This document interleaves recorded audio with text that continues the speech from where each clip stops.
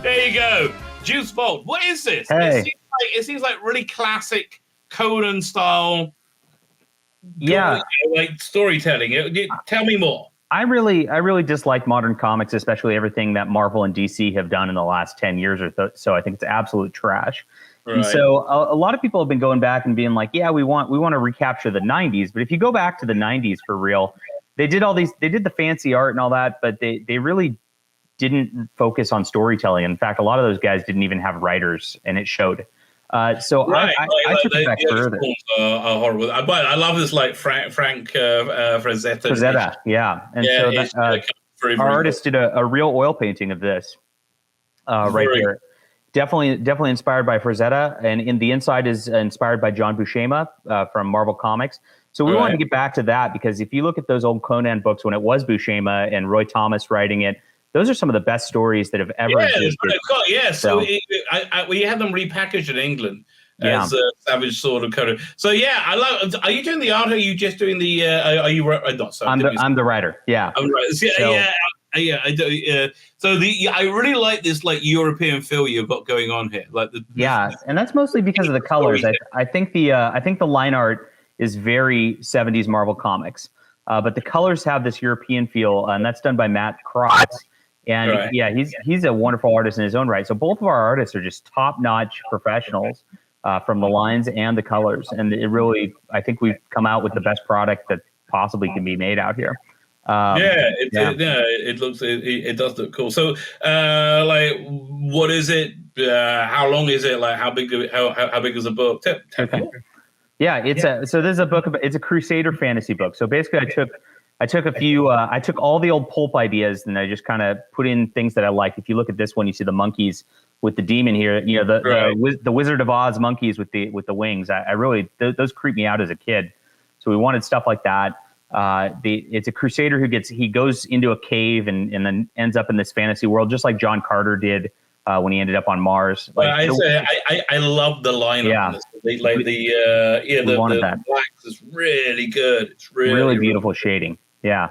So we wanted to create this fantasy world just like this. It's a 66-page graphic novel, full complete story. So you'll get a nice beginning, middle, and end, which a lot of comics don't do these days. We just wanted to drill in that classic storytelling, the pulp storytelling, the Conan style storytelling, just everything that was great about comics back in the 60s, 70s, and 80s. We tried to throw into this book, and just it turned out wonderful. I mean, so we have looks great. Story. When do you think you're going to be shipping out? Like August? That's not bad. That's pretty good. I put June. Yeah. June. Sorry, the other one. August is for my Napa wine trip. I've got one option there. So if somebody wants to come out to Napa and drink a bunch of wine with me, that's for that. Yeah, you should. Well, listen, dude, come to Israel, we've got some great wineries here. We've got freaking I live in this like little town in middle of nowhere, right? Okay. And we got this like world class winery like just down the street. Freaking incredible. Beautiful. You're in Israel? Yeah. Oh, cool. Yeah, you got the British accent a little bit. So I am from originally from London. Yeah, that is true. Cool. Yeah. Well, I would love to get out there at some point. I mean, it's been on my bucket list to, of course, go to the Holy Land. Since I was ever a kid. So excited. Yeah, I would definitely like that, and I'll hit you up if I ever do. So please do. Yeah. Cool. You need a place to stay. So, what does was it? How do I pronounce this? Deus Vult. Deus Vult. It is Latin for God wills it, and the Crusaders shouted that when they went into battle. God wills it. It was their battle cry when they were fighting against the Muslim occupied Jerusalem and Antioch, and we made that into our title. So, and you'll find out why as we go through the story here. But yes, there's also cat girls because I listen. You put cat girl in thing. I'm pretty much okay with anything at that point. I was like, I think everybody wants cat girls. Oh wait, right? You can ask. This ties back to my opening question. We were talking about furries. Yeah, do you know what a furry is? Yes, I have a substantive furry audience and fan base and friends. So do you really? I do. I mean, you look like to have sex dressed in as animals. I don't ask about that, and they don't tell me about that. So okay, fine. But because I've never had any real close encounter with it. I think it's a fascinating concept. So the question was, if you are offered, I mean, if you are unattached, obviously, if one was offered sexual congress with an attractive lady, you just have to dress as a big pink bunny. Would you do it? Would you do it? So my answer, I was thinking about it. My answer was no. I don't think I would. I don't advocate for sexual congress outside of the bounds of marriage. But if my wife wanted that, I suppose I would try to make her happy. Well, that's a different question. Yeah. Wow. I guess you have to at that point, right? Really? Oh man. See, you're a good writer. You came up with that was a good take on it. Wow, yeah, I'm trapped. I have no choice. You're right. I don't think my wife would want that though. At the same time, yeah, please, nobody tell her. Okay, she's a normal girl. I try to keep her away from the internet. So okay, that's good. Yeah. Okay, so was it? How much is this? That's the next question. Lots of different options. So digitally, if you're overseas or whatever, don't want to deal with shipping because it's you were just talking about how shipping is absolutely crazy overseas, and it is. Yeah. If you don't want to deal with that and just want to read the story and all that, $12. We've got 25 for the paperback, 50 for the hardcover. I'm a big hardcover comic book collector. We were talking Euro comics. I just got some nice hardcover editions of Jeremiah by Herman. If you've ever read that. I do not know it at all. But yeah, excellent artist. But I love hardcovers and really nice fancy editions of books. So I try to make mine for my backers because I figure if it's something I want, it's probably something you want, or at least some of you want. Well, I mean, listen. Also, the great thing about today is that you can print so much bespoke stuff. Yeah. Right. Really inexpensive, really practically and easily. Yeah. Right. And it blows my freaking mind. It just blows my mind, how much you can just do. You can have you can do one hardback book for $20. Yeah, so it's pretty great, and of course my artist Jesse White is splitting all the profits with me. So the more we do, the more we support the great artists also, which I'm always trying to do. So it's a great community effort. A lot of people in our community are involved with this book, and thanks for finding me. I appreciate you. Listen, because my campaign going up. I'm always looking at everybody else now, right? And I'm so bad at promoting myself. I got to get on my email list. But I didn't even see it. Campaign's doing wonderfully well. Very nice. Yeah, you're up to $6,000. Yeah, but. First day, not too bad. So but you got 30 days left. Do you have any stretch goals? Lots of them, yeah. So we're gonna add some interior covers because I split everything into 3 acts because I'm right. That's kind of how a writer does things. So I always do that for my books, and so we'll add in these nice interior covers for 1, 2, and 3. Which we'll get at 8,000. We actually crossed 7,000 this morning. You've got an old page open at the moment. Oh, there you go. So at that point, everybody's going to be getting my Flying Sparks and Cosmic Warrior, which are 2 of my superhero books on PDF for free at that point. So lots of extra free content for you guys. We're going to add a back cover art at 10,000, and then I'm going to write a short prose story because I'm a book writer also. Right. At 12,000, that adds to the background of this. And then of course we got a bunch more. I really want to hit 25,000 is going to be my main goal because there's a fantasy map. And if you're a big book nerd like I am, I love when you get really those books. Cool. I love that. You get those little maps in there. That makes me so happy. I can really see you getting there. Yeah, you could. Yeah, I was like, so what? How are you going to do that? Is it going to be in the book, or is it going to be a separate thing? We'll print it into the book. So Jesse White, our artist, I'll lay it out, and then he'll make it look pretty because that's what he does, and then we'll get that. We'll try to get that faded look so it on that page so it looks authentic, and we'll put it into the book. It'll be very cool. Yeah. Very cool. Yeah, listen, you got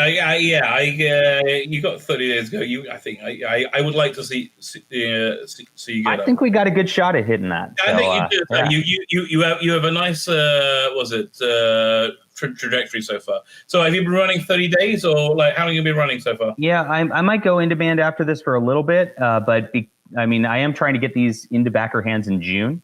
So we'll have to print at the beginning of May at the earliest. So it can't be open that long. So this isn't going to be one of those campaigns that'll be open for a year. What's that? Overprint 20%. That's.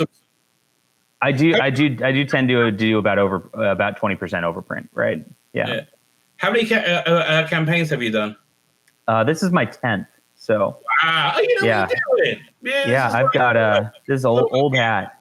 So how many of these do you do a year? I do 3 campaigns a year, but I also put out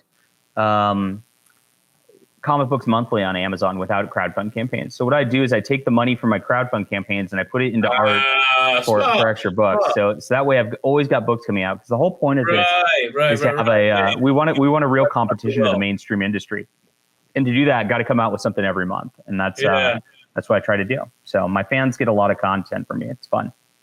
This looks awesome. So what do you have, like pro stories and stuff you put out as well? Like what else is out there that you can if, let's say you want to get into Jon Del Arroz. Am I saying your name right?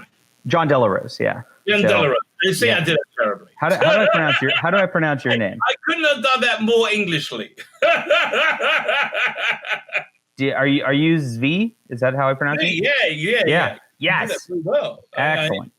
So there's lots of stuff out there. I definitely want to focus on this right now. There is a tier in here where you can get all of my comic books. There's my complete digital comic books. So that's 30 issues worth of content right there. We got one person on it. So that's for like $100.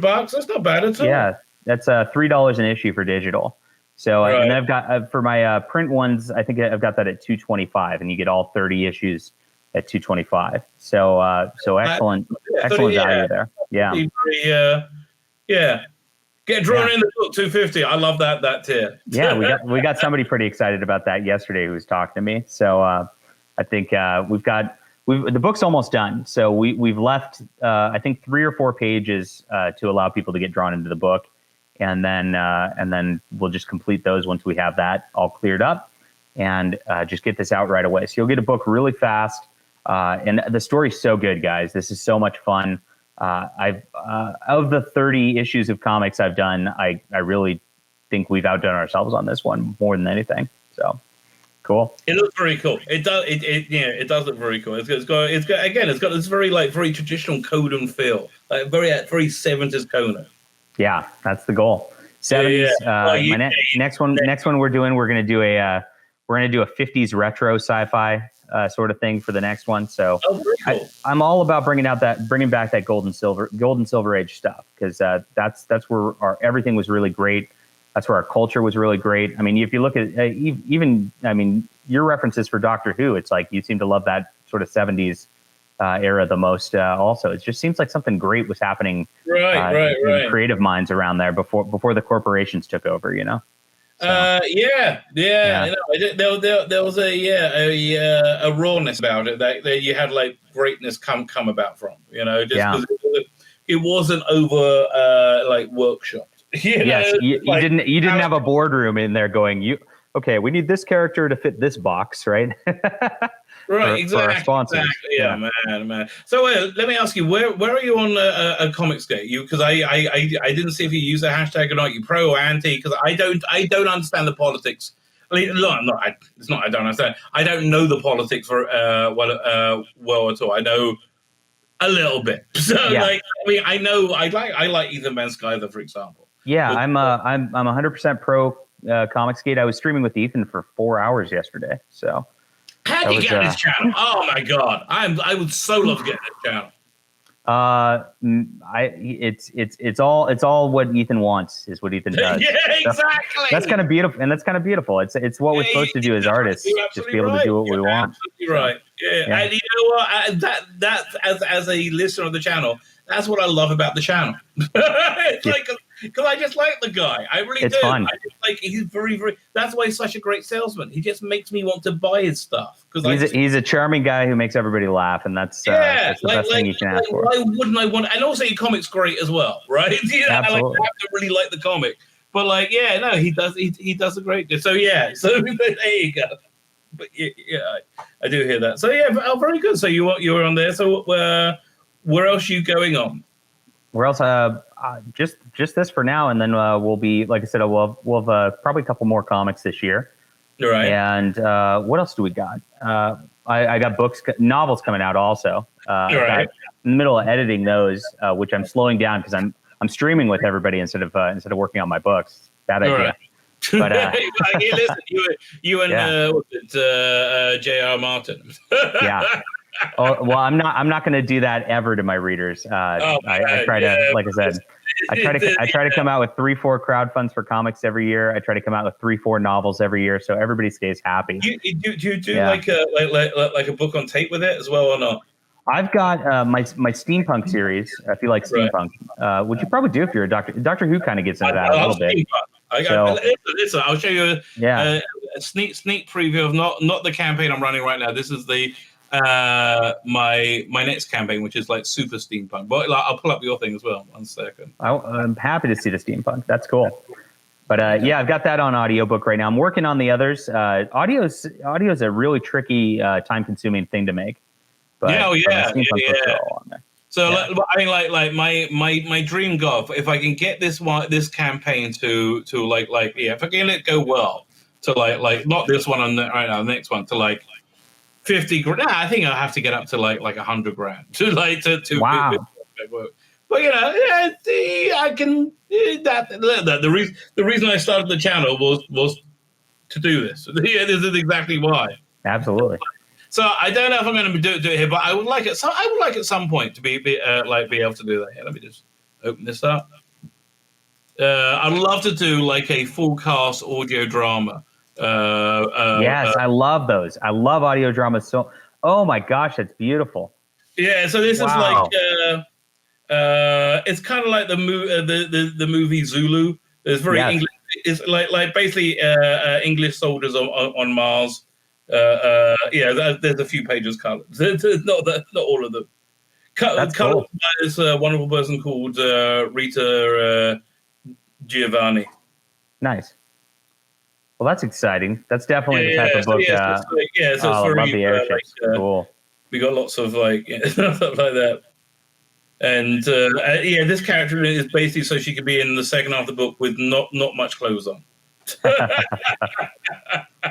Well, I'll check this out when it's out. That sounds great. So let me just get the color pages. Like the last. Freddie is the devil. Where'd it go? Hang on. Oh man. No. Yes. There you go. Excellent. Yeah. Nice colors. Nice. Your colors. Rita Giovanni, you said. Yeah, Rita Giovanni. She was in Rome. But this is the thing. I like the how she's got the glow coming off like the laser beams. Yeah, beautiful. And it's like, and she gets like he gets like the reflective light. She really like hits it. Like we had a long chat about what color the alien blood should be. Stephen in the chat says he's made radio plays before. I've written 3 radio plays. And I was going to try to get one done of my comic like you were talking about, Nate, and I found it was just too much to do that. It's about 10 grand. It's about 10 grand. Yeah, it's quite a bit. And so definitely, I mean, if this starts to really take off, again, that's something that I would definitely invest in. Great on audio. I would love an audio version of this. I did one. So there was this Warhammer 40K group, and they asked me to write a script for them to do it, and it's not professionally produced. It's definitely a fan podcast, but they did a nice little audio drama of Warhammer 40K that I wrote. It's out there somewhere. I don't have the link to it or anything like that, but it's pretty fun. Yeah. No, I can just like hear like the brooding music and the chain. Yes. In the back. This would be great. Oh well. Yeah. So, like, listen, make it happen, baby. We all love cool. $100,000 stretch goal. You sound like you have a very similar taste to me. So cool. Well, that's why like I asked you on. I appreciate it. Cool. Very good. So so what's next after this? After this, I believe it's probably going to end up being my retro 50s science fiction book, which is all it's an allegory about groupthink and big tech and that sort of thing. Oh, so nice. Yeah, we have a like art team, or you have a different team on that one? I have a different art team on this. We have a gal who's worked with me before who draws really pretty girls in comic form in that very classic sort of sense. Excellent. So very 50s, like excellent. So we got a girl with like a nice bright face shield and a flight suit and a jetpack and so that's I love that stuff. All the good stuff that the 50s used to have. So I'm bringing it back. This is the old school culture stuff. And there's a market for it, and it's good, and it's fun, and it's enjoyable. Yeah, this is all good stuff. Yeah, it's very nice. Let me ask you before you go. What so how did you get into comics? How did you get into this stuff in general? Like growing up, what was your gateway in? My aunt bought me a Spider-Man subscription when I was like 8 years old for Christmas, and I got that. Mm-hmm. Who was the team then? It was like John Romita. It was no, it was David Michelini and Mark Bagley at the time. Oh wow! Yeah. Yeah. So good stuff. Yeah, that's a while ago. Gosh, that's 94, I guess, 92. Right. Was it Mark Bagley ended up doing the entire Ultimate run, right? Yes. This was prior to Ultimates. He was actually on Amazing Spider-Man first, which a lot of people pay attention to Ultimates, but he was around for a long time. He's one of my favorite artists. Just excellent. Yeah. Very cool. Very cool. Very good. Okay, fine. So, is there anything you would like to? Go ahead. Anything you would like to say? And ask me anything. I'm ask you anything. I say it to everybody. I like whatever you want to know, baby. If somebody approached you in a fursuit, yes, and asked you, would you like to engage in sexual contact? Yes.